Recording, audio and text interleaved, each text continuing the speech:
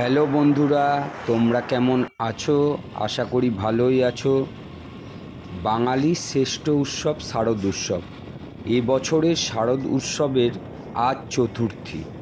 শারদ উৎসবে আমার channel travel with Animesh and দীপ্তাংশুর পক্ষ থেকে আপনাদেরকে জানাই আন্তরিক শুভেচ্ছা ও অভিনন্দন। উৎসবের দিনগুলো আপনারা ভালো করে কাটান। তো বন্ধুরা, আজ চতুর্থীতে আমরা পৌঁছে গেছিলাম আমাদের রানাঘাট থেকে বাতকুল্লা। বাইকে মাত্র 30 মিনিটের পথ। এছাড়া আপনারা ট্রেনেও আসতে পারেন। বিগত বছরের মতো এবারও বাতকুল্লার সেরা ক্লাবগুলি তাদের পূজামণ্ডপ, প্রতিমা ও আলোকসজ্জাতে রাজ্যের মধ্যে বিশেষ স্থান ধরে রেখেছে। বাতকুল্লার বিভিন্ন ক্লাবগুলির মধ্যে যেমন রয়েছে Anami club, united club, Gangni Udayan Sangha, Bhatrishri Sangha, এছাড়াও ছোট বড় অনেক ক্লাবগুলি রয়েছে যাদের পুজো আলাদা একটা মাত্রা নিয়ে এসেছে। যেমন তাদের মধ্যে মণ্ডপসজ্জা, সঙ্গে কৃষ্ণনগরের প্রতিমা সত্যিই একটা আলাদা আকর্ষণ রয়েছে এবছরের পুজোয়।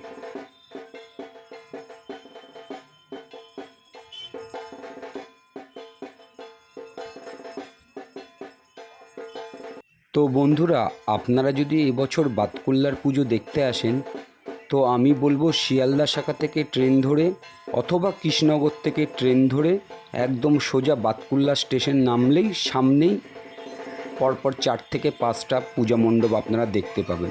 সবথেকে সুবিধা হলো বাতকুল্লা ঠাকুর দেখার পূজা প্যান্ডেলগুলো একদম পাশাপাশি রয়েছে। আপনাকে হেঁটে 2 মিনিট 4 মিনিট পরপর 4-5টা বড় বড় পুজো রয়েছে, যেগুলো আপনারা দেখে খুশি হবেন এবং হাঁটা পথ অনেকটাই কম।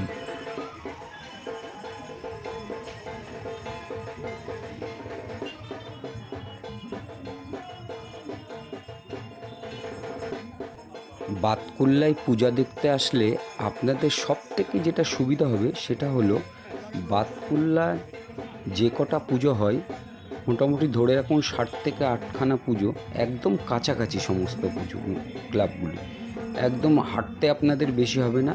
একটা পুজো মণ্ডপ থেকে আর একটা পুজো মণ্ডপে যেতে আপনার মাত্র 1 থেকে 1.5 মিনিটের পথ, অথবা আপনারা একটা মণ্ডপের থেকে পুজো দেখে আর একটা মণ্ডপের লাইন সঙ্গে সঙ্গে পেয়ে যাবেন। অর্থাৎ আপনাদের হাঁটার পথটা বেশি হাঁটতে হবে না আপনাদের।